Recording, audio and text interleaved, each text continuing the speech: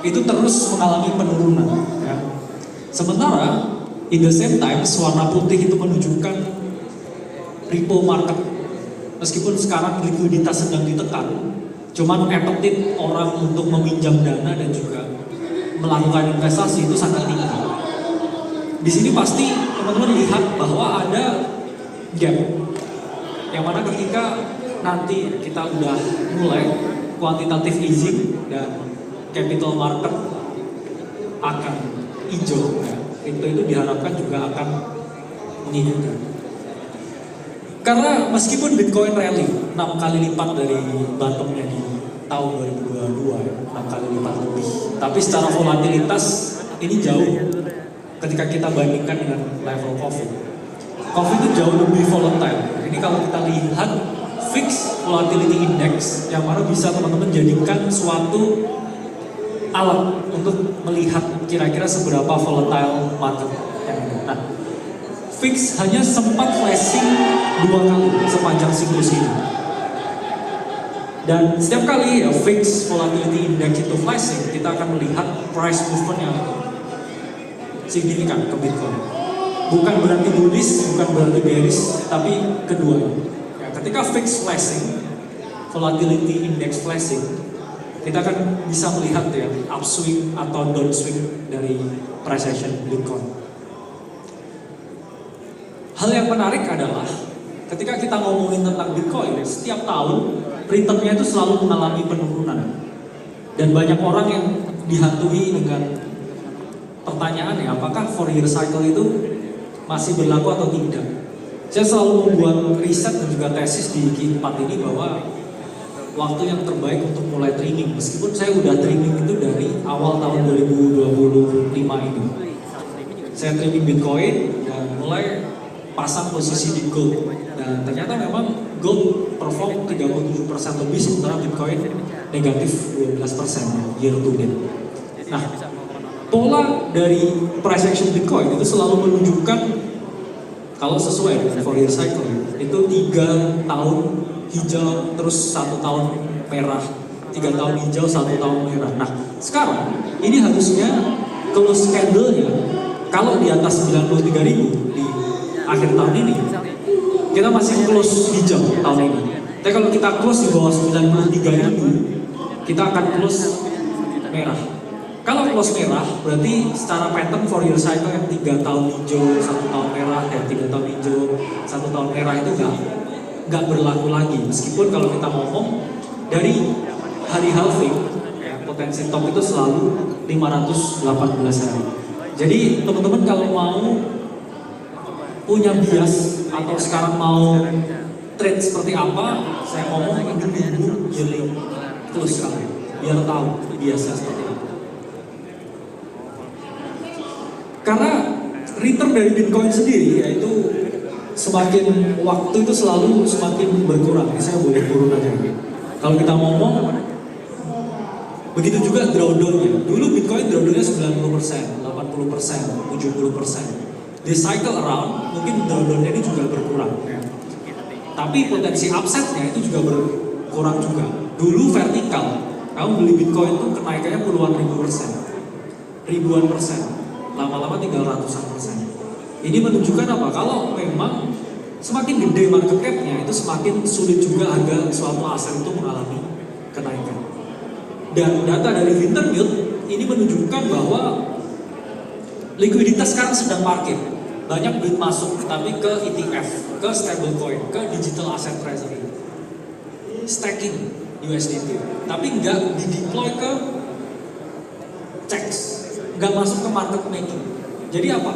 Duitnya cuma parkir, duitnya belum dibuat ke Bitcoin, bahkan altcoin apalagi. Bitcoin aja belum disentuh.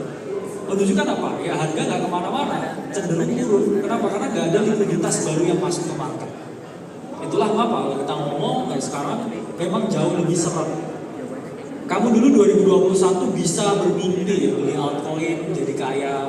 Sekarang ini ada sekitar 700.000 token yang dibuat setiap harinya.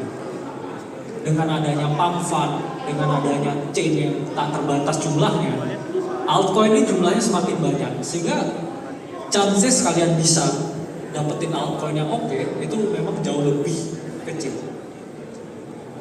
Lalu kita ngomongin tentang adopsi. Banyak orang yang bullish dengan ETF, padahal kalau kita ngomong ETF itu hanya suatu alat untuk orang bisa beli Bitcoin. Tapi belum tentu orang juga mau beli Bitcoin. Karena market itu digerakkan oleh supply and demand. Kalau terlalu banyak supply-nya atau orang yang jual, harganya akan bisa naik. Harga bisa naik ketika demand itu jauh lebih gede daripada supply-nya. Percuma Donald Trump itu bullish dengan kripto kalau tidak ada demand side yang dia create. Tapi salah satu demand side yang sekarang sedang diperhatikan yaitu adalah industri dana pensiun di Amerika. Sekarang ya di tahun 2026 ini Kementerian Ketenagakerjaan di Amerika itu mulai melirik potensi memasukkan Bitcoin ke dana pensiun. Dana pensiun itu industri yang setiap tahunnya naik 5% di Amerika. Yang mana total aset di dalam manajemen atau AUM-nya itu 43 triliun dan di program 401k itu sekitar 9 triliun. Jadi ini adalah industri yang berpotensi membawa demand ke crypto market. Nah, 401k itu secara otomatis ngambil dari kalian punya gaji kalau di US. Kalian punya gaji misalkan 4 juta, 10%-nya, contoh 400 ribu, itu akan dikelola oleh contribution plan, ya, brokerage window, ada Vanguard, ada BlackRock. Lalu sama mereka itu baru dibelikan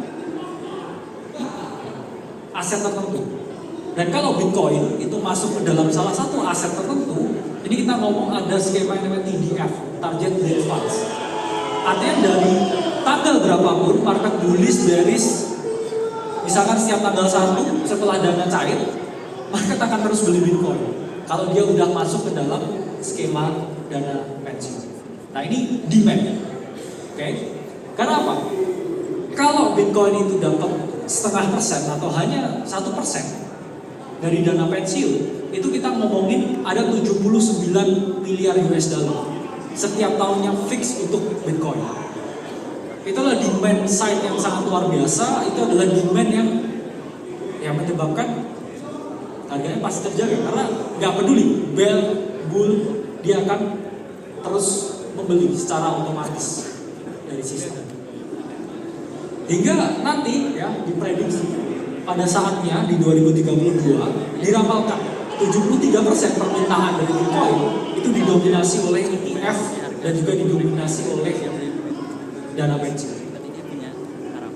Dan ini akan diajukan di tahun 2026 tergantung apakah disetujui atau tidak dan sesuai ya dengan plan. Ketika kita dapat market yang uncertain, ada penurunan, ya, itu juga bisa kita lihat sebagai suatu kesempatan juga kalau kita mempunyai yang namanya long term thinking. Kemudian di 2026 ya, ini yang menarik juga ada yang namanya neobank, yaitu adalah suatu banking system yang automated memiliki flow dengan crypto market. Neobank ya, itu berkaitan erat juga dengan yang namanya DeFi bank. Banyak sekali tidak kita sadari fungsi-fungsi DeFi itu menyentuh banyak sekali masyarakat yang belum tersentuh akses perbankan. DeFi bank itu memiliki fungsi ya, untuk save, kamu nabung, spend, kamu transaksi dengan crypto card, kemudian borrow, ya, kamu kalau butuh uang, dan kamu earn, ya, earn yield. Banyak sekali ya berbagai project-project kita ngomong DeFi bank yang mana ini akan meningkatkan ya inklusi keuangan bukan hanya orang di Amerika tapi orang di seluruh dunia. Karena apa? Penggunaan cryptocurrency itu sangat signifikan.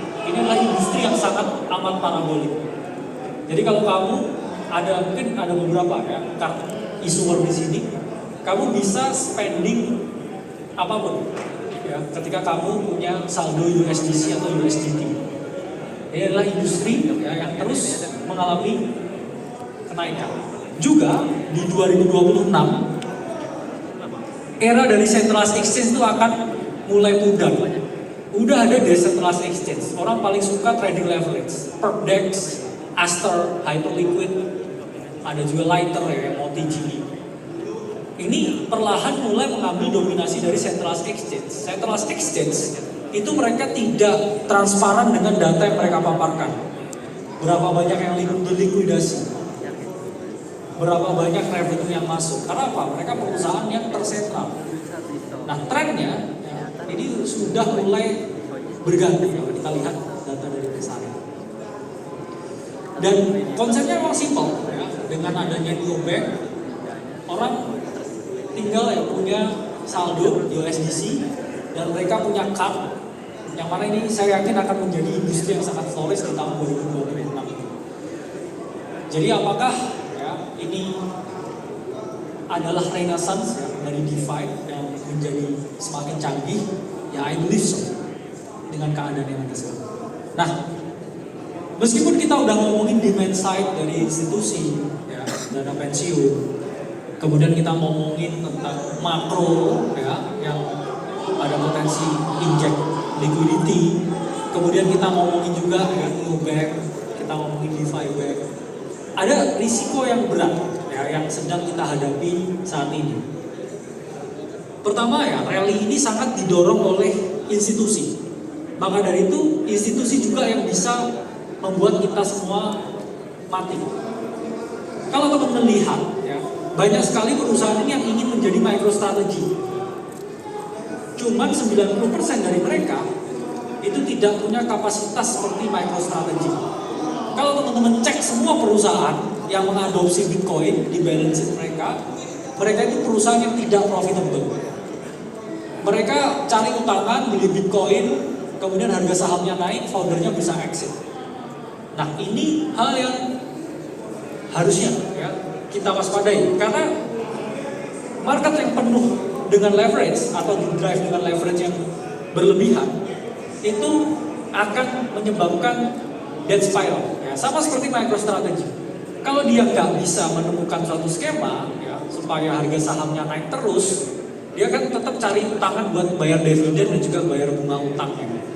Atau ya barusan Michael Saylor kan juga bilang, kalau sampai ya nilai MNAV kita negatif, kita akan jual Bitcoinnya, mau nggak mau. Ketika seller itu menjual Bitcoinnya, ini akan meruntuhkan kepercayaan di pasar yang luar biasa. Jadi saya ngomong dari awal, ketika berbagai company ini udah mulai mengadopsi Bitcoin, saya juga ngomong, ini risiko yang besar juga. Karena apa? Mereka bisa di-force, dipaksa untuk melikuidasi aset Bitcoin mereka. Dan ini adalah harga saham dari MicroStrategy. Michael Saylor tuh pernah nol perusahaannya di era .com bubble di tahun 2000. Setelah dia ketemu mainan baru di 2020 dengan Bitcoin, ya, naik aset perusahaannya. Cuman kita nggak boleh ya melupakan fakta bahwa ini dulu pernah nol perusahaannya. Dan sekarang ya supply-nya ada sekitar 3% yang dipegang oleh MicroStrategy. 3% itu tidak segede itu sebenarnya. Cuman ya, harga itu naik atau turun itu dibentuk oleh sentimen juga.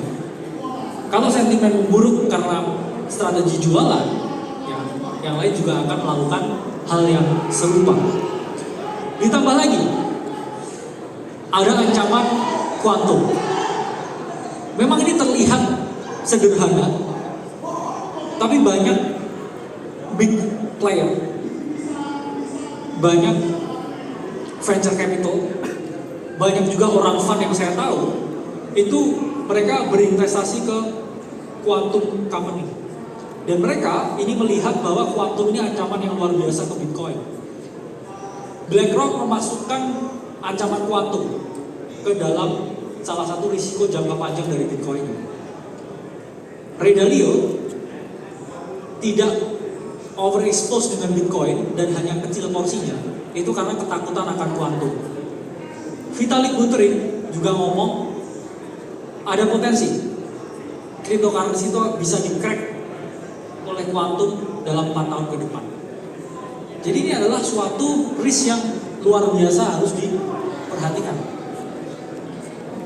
Karena kuantum itu nggak hanya bisa cracking Bitcoin, itu akan cracking kalian punya wallet, itu akan cracking centralized exchange, akan bisa meledakkan DeFi protokol, akan bisa menghancurkan layer 1, NFT, ya, smart contract, bahkan multisig yang orang bilang relatif aman karena dihandle oleh beberapa key yang berbeda. Cuman it doesn't really mean anything ya ketika quantum trap dan the day ya quantum computer release ya, ini akan menjadi hilang ya, atau terhapus dalam beberapa jam saja. Karena sekarang algoritma utama dari cryptocurrency, Bitcoin, Ethereum, Solana itu selalu